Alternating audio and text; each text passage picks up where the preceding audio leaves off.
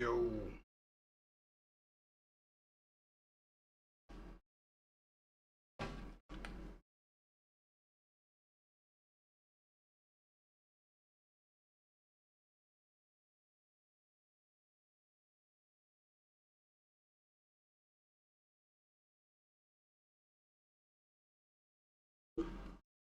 Hey.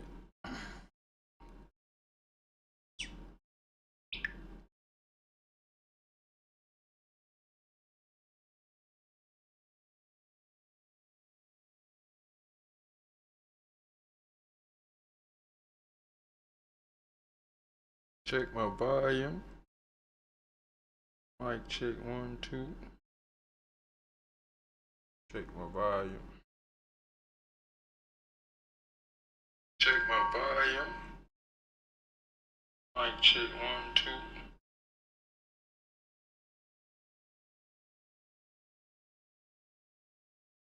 Check my volume. Mic check 1, 2. Yo. Gonna get to it. Put this down. Yo. Yo. Yo. Alright. Yo. Yo.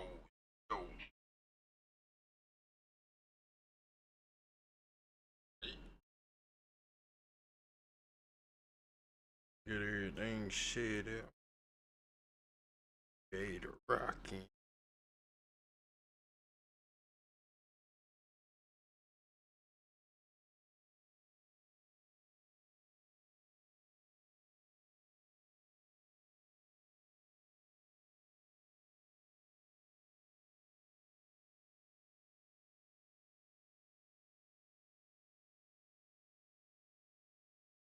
Head over there.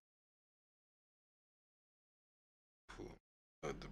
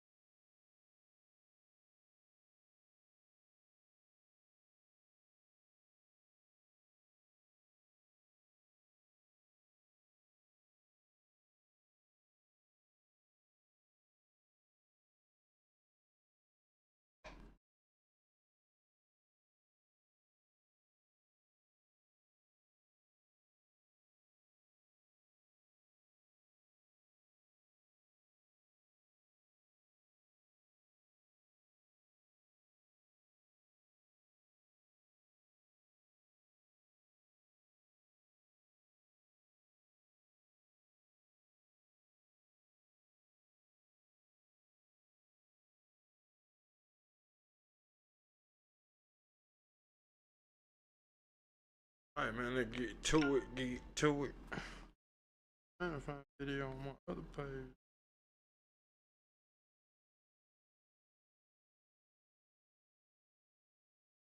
Alright, but we're gonna go, man. We got Big Homie CC, man. We're gonna review his interview, man. See what's going on.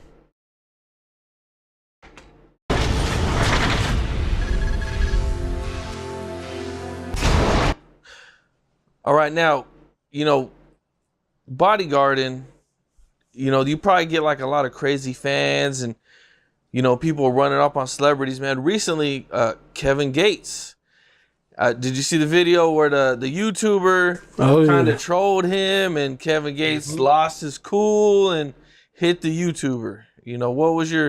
What's your thoughts on that? Here's the thing, bro. If you look at Kevin Gates' history, He'll punch you. He'll punch you, bro. You feel me? Like he not carrying himself like he worried about a lawsuit or like no things like that. And I feel like if you monetize pranking, You should know sometime I'm gonna get punched. Yeah. My plan. Pranksters out here getting shot, killed, stabbed, everything. Like, if whatever you monetize, just because you think it's funny, that don't mean everybody else think it's funny. Yeah, no. So I always take it like this, bro. Like, I've seen the guys do heinous things to people for less. So For sure. So like, you go out there playing with somebody just because they famous and thinking something can't happen to you. That type of naive activity may get you slapped, may get you shot, robbed. Hey, yo, man, look, check this out, man. I never understood why people do that, man. Like, why? I understand, man, you trying to go viral and shit, man, but you fuck around and play with the wrong person. Oh, it's going viral, okay. Anything can happen to you, man. So, if you out here pranking people, get slapped for some views. You feel me? Go ahead and say, look, go to the mall, find the biggest guy you can, and say, look, man, let's fight. Let somebody punch you and knock you out. Get you some views. The quickest way to 1 million subscribers is getting your ass kicked on the internet. Damn. Hey, that fucked up, man. He might be on to something, man. Quickest way to go viral. He said is to go out and get your head knocked out. Go get the shit punched out of you, man. Go get knocked out. That's what he's saying, man. Let's get back to it. Matter of fact, somebody go get smoked. Go ahead, bro. Get yourself popped. Get your ass shot on camera. Volunteer for a leg shot. You feel me? Take it all the way. Take it all the way. If you want to get crazy, get crazy. Your shit gonna go viral. You want to go viral? Go and beg somebody for a leg shot. You will get 1 million views fast. Subscribers will go up. Might get you a YouTube plaque. Might get you a casket. It's whatever you into. You feel me? Oh, bro. However you want to play it. Because I don't like pranksters, bro. It's like, we had a situation before where a guy, just a few minutes ago, really, like we out here taking business, you feel me? Taking care of business, you feel me? One of the producers from the show, can't make this shit up, by the way, coming out on Look Who, he out taking care of business, you feel me? And this dude walk up, king of rap. What? Now, mind you, bro, he a little skinny dude. He walking up on us, it's kind of dark, and he keeps screaming, he the king of rap. So me and Dugas just look at him. Uh-huh. He walked past. He get further down next to our homie, who like our big brother. So soon as Dugas see that, he instantly started pushing down on him. So dude see Dugas, he like king of rap, as he getting further and further down the street. His ass turned around and got up out of there. Now he thought he wanted to play until he felt that danger. So for him, for example, he should have had his phone out. He was feeling, man. He should have had his YouTube channel up on live. He should have played with Dugas in front of everybody. His ass turned around and got the gone. He would have got what he was looking for. Really. He would have went He viral. thought he wanted some problems until he seen He should have just got famous right there. Yeah. Go Motherfucker definitely make his ass famous. Go for ahead sure. and get famous. He gonna be famous for sure. Take the chance. Stop being scary. I'm gonna be famous too. It seems like guys will do almost anything to be famous nowadays. Yes, including catching a leg shot. That's what I want to see. Niggas chasing that shit, bro. See somebody set themselves on fire or something. There was that one guy that shot himself Come on, bro. in the cheek. Taking it. He cold. And all you know him for is the guy who shot himself in the cheek. Straight Chasing that shit. goofball. Gotta stop chasing it, bro. Stupid man with the stupid plan. We gotta track him down. He dangerous. His ass diabolical. He diabolical. Bro. Man, so do y'all really think people, man, out here shooting themselves and getting beat up for real just to go famous, man? And do you think it's worth all that just to be famous, man? To get beat up, punched in your face, man? Your shit swell up, man. You shoot yourself in the face, it's crazy. For views, Yeah, they gonna demonetize the channel immediately. Now you just got a hole in the face. Stupid man. Stupid man. I remember he talked about it. He said the worst part of it was that he lost his hearing.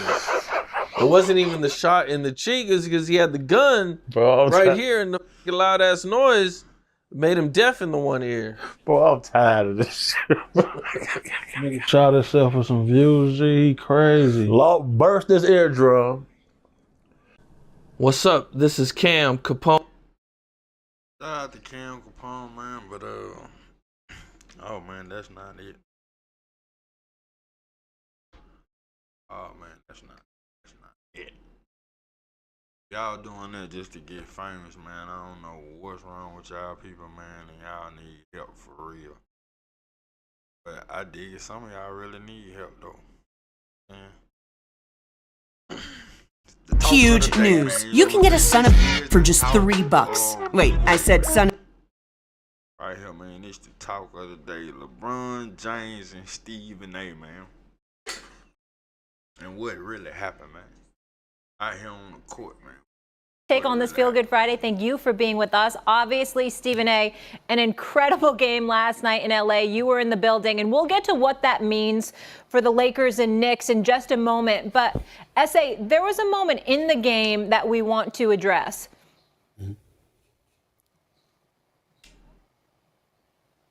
That was LeBron James coming up to me, unexpectedly, I might add, to confront me about making sure that I mind what I say about his son. He did the Will Smith to your ass. Keep my son name out your motherfucking mouth. Can't repeat the words because they ain't suited for FCC airwaves. That's what he was doing. I thought long and hard about this over the last few hours because I had no intentions, Molly, of talking about this at all. Yeah. And the reason why is because it was a one-on-one, I wouldn't say a conversation, but it was a one-on-one confrontation. But then I wake up and everybody from ESPN and my agent and everybody else were sending me that this thing had gone viral. And so ultimately it was unavoidable, and that is why I have to discuss it now. That wasn't a basketball player confronting me. That was a parent. That was a father. And I can't sit here and be angry or feel slighted by LeBron James in any way in that regard. And I will have to say, man, the way Stephen A is starting off by his response, man, he understand the actual son and father thing, or the father and the kids thing, you know what I'm saying? Gonna see where it go to, though. All accounts, he's obviously a wonderful family man and a wonderful father who cares very, very deeply about his son. And based on some of the comments that he had heard, or shall I say, I think he thought he heard, he clearly took exception to some of the things that he heard me say, and he confronted me about it. For the record, his agent and friend, Rich Paul, has my number. Maverick Carter, who works under him, has my number. Shout out to Rich Paul. LeBron James knows how to get in contact with me if he wanted to. He never called, because had he called and wanted to talk to me, I would have accepted that call. Had he wanted to see me, I would have flown out and I would have seen him and I would have had a conversation man to man. But that is not what he elected to do. And that's why I think LeBron James was wrong at, man. It was like, I remember back in the day, your mama used to tell you, man, there's a place, time and place for everything. And that wasn't the time and place for it, man. Like he said, man, I feel like you could have reached out and you could have picked up the phone, and you could have called, you could have done anything, man. You could have got your agent to reach out. If you didn't even want to talk to him, but evidently you wanted to talk to him, because talk to him straight face to face. Yeah, dog, we're going to get back into it. Instead, he elected to confront me while I was sitting courtside. Ari Emanuel, the head of William Morris Endeavor, one of the agencies that represents me, along with Larry David, was sitting courtside. I was with them for the game. And look, man, he out there with business people, man. That's his job to be out there reporting and doing basketball. Judah just bust up on that man when he got his ex by his side. You probably done scared the shit out them his ex, man. They probably ain't never seen you like that. I think that was a bad look on LeBron. He walked right up to me and he said what he had to say. And apparently he feels like I was slighting his son. Now let me tell you what I feel. What I would have said if we were in a different environment, because I was not going to engage in a confrontation at that particular moment in that setting. But if we had had that conversation, I would have said to LeBron James, I never would speak negatively about your son. I was talking about you, meaning you, LeBron James. I have nothing but the best wishes for Bronny James. I wish him nothing but the best. I hope that he flourishes into an NBA star. Usually in other sports, we see all-stars, and on occasion, we'll see their children become stars as well. That doesn't really happen with the NBA. I sincerely hope he's the exception. By all accounts, he's a wonderful kid. And I don't know anybody who roots against him, and it certainly isn't me. But in the same breath, at the time that we were talking about him, he was percolating to such a degree that the Bronny James stories had gone viral. And so we had to talk about it. And when I said the things that I said, I wasn't talking about Bronny James because my attitude is he's a rookie. It's going to take some time for him to get himself together. He'll be just fine, especially with J.J. Redick and the staff coaching him. I was talking about the position that he was put in by his dad, because LeBron James has been on the record and he has said, and I'll read the quote here. There was a quote that he gave in February of 2024.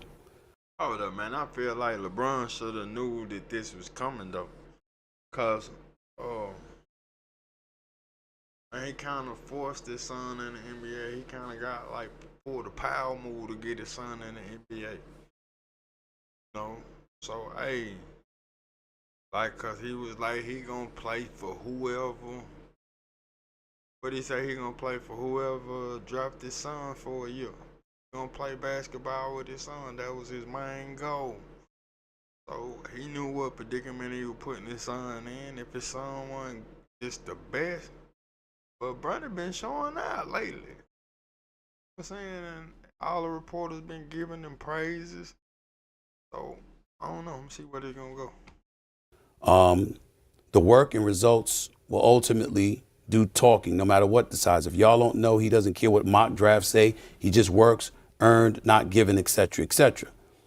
But he also had said that his son could play on the Lakers right now, and he was better than half the dudes in the NBA. In the aftermath of all of that, he instructed everybody before the draft that y'all want me, draft Bronny. Wherever Bronny is at, that's where I'll be. I'll do whatever it takes to play with my son for a year. It's not about the money at that point. That's what he said now. So I don't know why is he getting mad. And I think when you're in the NBA, that come with it. You have a bad night, man. You're a superstar. You ain't even gotta be a superstar. You can just be a good player. You have a bad night, and they're gonna give it to you. Really?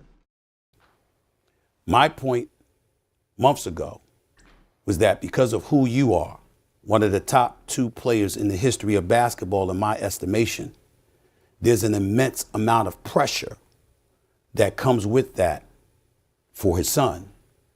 And when he talked like that, and what have you, anything that goes awry as it pertains to his son, there's going to be a microscopic eye, even more intensified, on Bronny James because of his dad. And that's when I was talking about, come on, man, this is the situation that you're putting him in. Yep. That's where I was coming from. I could be a bit more outspoken about it, but to be quite honest with you, to be in that moment, to have LeBron look at me the way that he did, for me to be a father of 2 daughters, for me to know what fathers, how much love fathers have for their children, and to hear what he had to say, it was all about his son. it was almost as if he was saying, you know, you and I, because he and I don't necessarily vibe. It's high and by. We keep it moving. Neither. Hey, yeah, because if y'all didn't know, man, if y'all look at Stephen A. a lot of time, man, Stephen A. be with Michael Jordan a lot of time, man. You know what I'm saying? He be with the GOAT a lot of time, man. He be with the GOAT. He be with the GOAT. Hey, GOAT, man. You know what I'm saying? He be with the GOAT a lot of time. So, like you said, man, most of the time you see LeBron James, it's like, what's up, my dog? And they going in separate ways. Of us lose sleep over it. Right. And it's been that way for years. But it was like he was saying, keep that between me and you. Almost as if he was thinking that anything that I said about Bronny was a result of him. And in that situation, again, I wasn't talking about Bronny. I was really, really talking about him because of the position that Bronny was in. But I really understood where he was coming from. He was very, very upset. I could tell. He could have called me. I'd have came to see him. I'd have had a conversation with him. He could have been just as upset face-to-face, man-to-man, as opposed to being courtside at the game. Man, how can he be upset, though? He can't really be upset, man. They both signed up for the job. It's the job. You know what I'm saying? Like, bro, I'm in here flipping McDonald's burgers and burgers ain't coming out right, and I just started working, man. Or they might put me on fries or something. Yeah. Man. I had no idea that everybody saw it until I woke up this morning, but it is what it is. In the end, like I said, you know, I as a father, I get it. I'm not offended. I'm not insulted. I don't have any animosity or animus towards LeBron James for this. Nothing like that. I don't think he cares, but neither do I. I'm just stating fact. None of that exists. If I was in his position, I can't definitively say I would not have done the same thing. Yeah. I'm not blaming him. Hey, man, so how many people out there, to be honest now, if somebody on here talking about your kid and your kid play basketball now, and he just have a rough night, and he is a superstar, and they get on him, how many people gonna respond, man? In one bit. I get it. I understand it. And there's a part of me that aches and hurts because of it. I ain't gonna lie, I'm a bust up. I'm gonna do the LeBron James. I'm a bust up. But unlike a whole bunch of people with their podcast and beyond that talk about the NBA, I covered the NBA. And it's my job to talk about the subjects and the subject matters that matter. That's all. I work for ESPN. I'm here. We have the #1 morning show for the last 13 years and counting. God has blessed us with that. There's a lot that's going on, and there's a lot of stories that are there to be told. And I just feel it's necessary to remind people, Molly, I was raised as a journalist. Let's be very, very clear about what that means. I'm not one of those that get into people's private affairs. But what you do on a public platform for public consumption, that's what I cover. That's what. Now I get what he's saying. I mean, like, if Brandon was out, man, and he was having a good time, man, he was turned up, man, he came and said something about his personal life. Like, man, he out here doing this and blah, they woo the woo. He all on ESPN saying all of this then, man. Yeah, I see, well, that can be like crossing the boundaries. But you know, you play in the NBA on the national TV all across the globe. And he's not the only person who done said something about Bronny Game. Been many people say something about Bronny Game. But like he said, he gonna be okay. Like Kendrick Lamar, he gonna be all right. What I do for a living. And if you're in the NBA, that applies to you. Yep. I don't want enemies. I live a very good life. I like to make people laugh and smile and have a good time and all of that other stuff. but I also get paid to call it like I see it. And what I said at the time, I stand by what I said. It wasn't even any reporting. The facts were out there. And what I was saying about LeBron is fact-based because of what he said and the things that he said leading up to his son getting drafted and ultimately being in the NBA on the same team as him, as opposed to being a Boston Celtic or a Golden State Warrior. Mm-hmm. There is no way around that. And when you are born and raised as a journalist, not born and raised, but when you're raised as a journalist professionally, you don't want enemies, but you ain't paid to make friends. Mm-hmm. You got to call it like you see it. And that's what I did. So again, in closing, I just want to say, I'm not upset.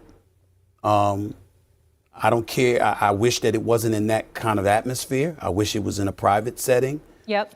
I don't blame LeBron James for being upset. I don't blame him for being angry. I don't blame him for wanting to confront me, because that wasn't a superstar basketball player that confronted me. He played like one again last night, which just reminds you of his focus and his greatness. Yeah. But that wasn't a basketball player that approached me last night. Let's get that was a daddy. What happened before. And Stephen A., I appreciate you putting yourself in his shoes, and I'm glad that LeBron got to address what's on his heart as well. Yeah, that was a dad, man, and I understand what Stephen A. saying, man. Like, you can't even be mad at him about it, you know what I'm saying? Like, I don't see how you can be mad at him about it. Like, that was your son, what you gonna do? Some of y'all ain't even gonna do nothing. Some of y'all gonna let somebody get talked about your son. It's gonna be bad. Then we're gonna get into the one. Want zero transfer fees and great rates to Jamaica? Send your first online money transfer with Okay, so there's some more. Okay, so everybody know Jen Jones and Cameron been into it. At first I was looking at it like, man, what they into it for? Like, man, if I was Jim Jones, man, like, bro, I'd be big. Like, we all Dipset, man, what is they into it for? Then somebody was like, man, go look at this video and see what it's about. Now, I watched part of it. I ain't watched all of it. We're going to get to it, man, and it's very interesting. Like, very interesting. There's some more happening now because of the interview that Jim Jones did when he was up here at the Breakfast Club. Mm-hmm. Cameron has actually responded to Jim Jones. Now, Jim Jones talked about a couple things. He talked about wanting to fight Kim for $10 million, and then he also talked about the Versus situation with Kim and the rest of Dipset. Let's take a listen to Jim Jones on Versus. I need triple what I had last time, the way we put that Versus on fire, too. We had that thing looking like a championship game. Yeah, Swiss, holla at me. And you backdoored me, gave that man some business that you ain't give all of us. You definitely got to give me triple, Swiss, and you got to give me some real business this time. I wanted the back. Now, think about that. Now he want triple. And then on my end, man, I'm thinking like this, man. Hey, Swiss, how could you do that? Like, you ain't gonna feed the rest of the people on Dipset, man, and you just gonna feed one person off Dipset? Just one person off Dipset? Bag, you heard? But we got the bag, but boy still went back door. Like, yo, for me to do the Versus, you gotta give me part of this business. That had nothing to do with us. You heard? But he would say, that's me being a businessman. Nah, that's you being a sucker doing back. Yeah, man, I thought we was all Dipset. Thought we was all gang, man. And one of us going here to get a deal, man. I thought the deal was for all of us, man. One for just one, man. I thought we had on a fucking team jersey, dog. Backdoor shit. When you went to Kim about that, he said that, like, it's just me being a businessman? No, Swiss told me. I had to tell Swiss I know what was going on, Jack. Damn, and that's even more fucked up. Like, you ain't even tell your mans. I thought Jimmy and Joel's was your fucking mans, dog.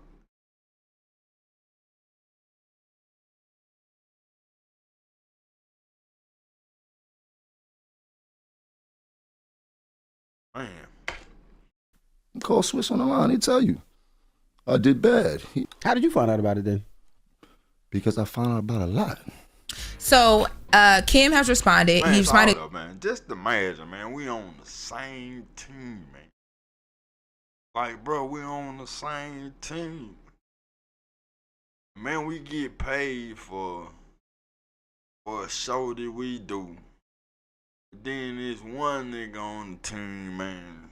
He get paid quadruple what everybody get paid, man. Like quadruple what, man? Come on. In 2 ways. He posted to Instagram. He posted some text. Yeah, I'm like Jim Jones, man. I want to fight. I do want to fight. I'll be wanting to fight too. Messages between him and Jim. And the text message basically are, to sum it up, it's Jim saying that, Versus was on his bucket list and that essentially he would do it for free just to touch the stage because it does so much for the artist that touch the stage, right? So Kim's caption says, I don't pay half of the stuff that people say no mind, but I keep the files. You wanted to do Versus for free. So if you made $1, be happy. Talking about it was on your bucket list. Stop trying to rewrite history. Now you got a Lost in the Garden in the Barclays with the laughing emojis. Man, it don't matter if it was on my bucket list, bro. We did it as a team on my bucket list, man. And you backdoored the team, man. Bro, you should, bro. If it was me, man, you wouldn't even be able to wear no Dipset chain.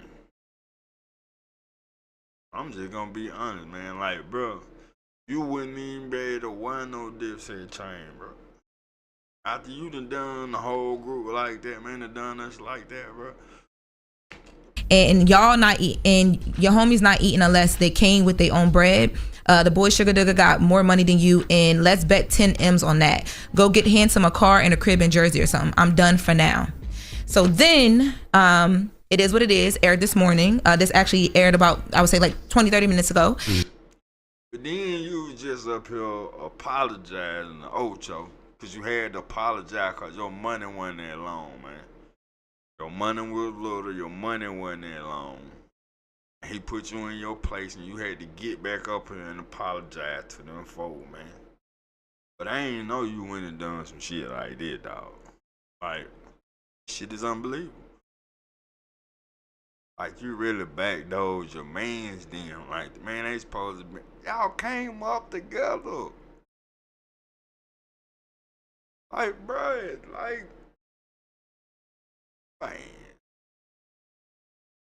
When you say Dipset, man, that's what you think about Jim Jones, Joel Santana, and Cameron, man. Some people even forget about Freaky Zeke. Then y'all supposed to be mans, man. If this what my mans look like, man, I don't need no man. And Kim, indirectly, or kind of directly, but just doesn't say Jim's name, throw some more shots their way. Let's take a listen to that. I had a tour for us locked up for the locks and Dipset. Mace always says, yo, don't bring this out with you because they're not going to win if you bring this out with you. Talking about football games, basketball games, and I'll be sitting here like, I don't really. I ain't gonna lie, though, that was a good one, Cam. That was a good one. No, but then I got it when the fight went on. When you got that type of energy and you breathing that energy when everybody's sad and mad and depressed and try to look happy, but they not really happy, it gets into you. The people you with could possibly your energy up for some that you supposed to do. You can't come out with that energy, man. It's bad energy, man. You gotta have greatness with you. I remember we was talking about the Eagle game and I said, if Meek Mill walked them out, they're not gonna win a championship. Meek didn't walk them out, they end up winning that championship. This is what the Lions up. When you bring out Jello. Jello not from Brooklyn and them wasn't from Brooklyn. Well, how did you catch a straight? Yo, Meek caught a crazy straight, right? And Meek like about Jello? Because G3 performed at the Lions, the game. Playoff game. The playoff game. They tried. Damn, Meek. God damn. He just, Cameron just shooting at everybody, huh? He just, all right, man, see, they're one of my things, man. Like, bruh, I understand you trying to do your little job, man, and you gotta say certain shit, man, but like, man, do you gotta go with everybody just to get famous? Like, bruh, I ain't with just going to I don't want nobody just to become famous. I look, bro. It don't mean that much to me, man. It better have a paycheck on it. I'm telling you that. Yeah, they tried to blame it and say that's why he lost. So what? That's how the Lions lost, they said. Yeah, that's how the Lions lost. What Cameron is alluding to is the fact that Juelz Santana and Jim Jones walked Gervonta Tank Davis out. The fight that just happened with Lamont Roach over the weekend at the Barclays Center, and a lot of people online were saying, "Hey, you lost because you walked out with such and such," jokingly. But Cam brought that to it is what it is. So that's what he's talking about now. What's tripping me out is you still got a relationship with Juelz. You talking about you ain't fuck with Jimmy, but nigga, you cut both of them out the deal. Like, you cut both of them out the deal. I guess now it ain't no loyalty no more. I hate them brothers fight, man. I hate seeing them brothers fight. Yeah, I hope Jim and Cam find some peace. Entertaining, but I just hate it. I hope Jim and Cam find some peace or some closure. Meaning they either find a way to be, at peace with each other, or they find some closure on their relationship. Because I hate it. Yeah. Like they were brothers. Like they were crew clique. We watched it. We seen it. So I like I said, it's entertaining, but I hate seeing this for them too. I agree, and I did want to play this this other audio that we have of Cameron. He sat down with Steve. Hold up. How can you be friends, or how can you be cool with somebody after that, man? Like, how can you be cool with somebody like after that, man? I don't see no way we can be cool no more. Like, cause right then, bro, you just showed me what it was. And it ain't like you, I guess you feel like, you're the lead singer of the group. I guess he feel like he the lead singer of the group. I wanted to do niggas in R&B free like this, man. Like one nigga the lead singer, and some niggas be singing background sometimes, and then he might have a song where he lead singer. Like, dude, niggas in R&B be fighting like this. Cause it really ain't no. There's a couple of rap groups, but it ain't too many rap groups no more. But I wonder, did Wu-Tang fight like this, man? Over, like, bro. But I'm quite sure, man, them niggas will never cut each other out like that, man. If we was all going in here saying Wu-Tang, man, everybody was finna get a piece of this goddamn pie, man, and we was gonna split it up like this, man, just even split. I just don't believe it. Out, and he talked about exactly what he did when it came to negotiating the verses deal. I just want to play this because it's kind of like clearing that up a little bit. Let's take a listen to that. I had a tour for us lined up for the Locks and Dipset, literally lined up. And it was about, at the time, maybe like $2.5 million, if I'm not mistaken. This was a few years ago. Jim really wanted to do the verses, and I'm like, bro, we can do the verses after the tour. And I got $2.5 million waiting, and that was just for like 10 cities. It could have ballooned up to like $6 million. I got outvoted, Steve. Nobody was listening to me about the tour. So just cause you got outvoted, you cross out the whole fucking team.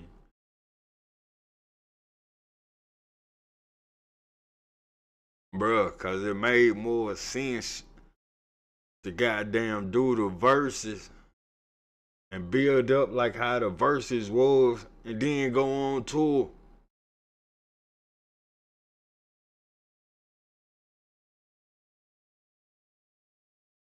Fuck.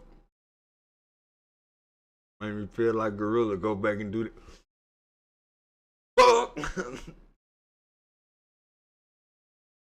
Are you out your mind, bro? Like, but you gonna cross out your whole team cause they voted? Like, bro, that mean it was the vote. You can't get mad it cost the vote. Like, bro. So what I said to myself was, I told Swiss and Timberland, I said, everybody gotta get at least 6 digits. That's an artist. Got everybody their money. And I started piling my own shit. I want the door money. I want Stocks and Triller. I want beats from Timberland and Swiss for free. I want percentage of the views that's gonna go on, and I got all that too. Man, do you hear this shit, man? That's an artist. Got everybody their money. And I started polying my own shit. I want the door money. I want stocks in Triller. I want beats from Timberland and Swiss for free. I want percentage of the views. For free? For free? Then here go the thing, man. Like, bro, was you negotiating a deal for everybody to get paid, man? Like, was you the say-so of everybody getting paid, man? Like, good. I said, everybody gotta get at least 6 digits. That's an artist. Got everybody their money. And I started polying my own shit. So everybody got 6 figures. But oh no. That wasn't enough for you. That was not enough for you. Oh, Cam. I want the door money. I want stocks in You want the dough money. Triller. I want beats stocks and Triller. From Timberland and Swiss. Beats from Timberland and Swiss for free. Swiss for free.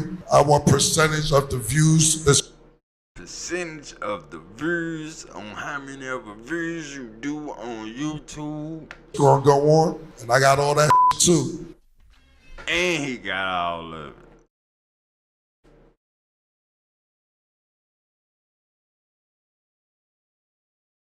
Just cause you got voted out of the doing the verses.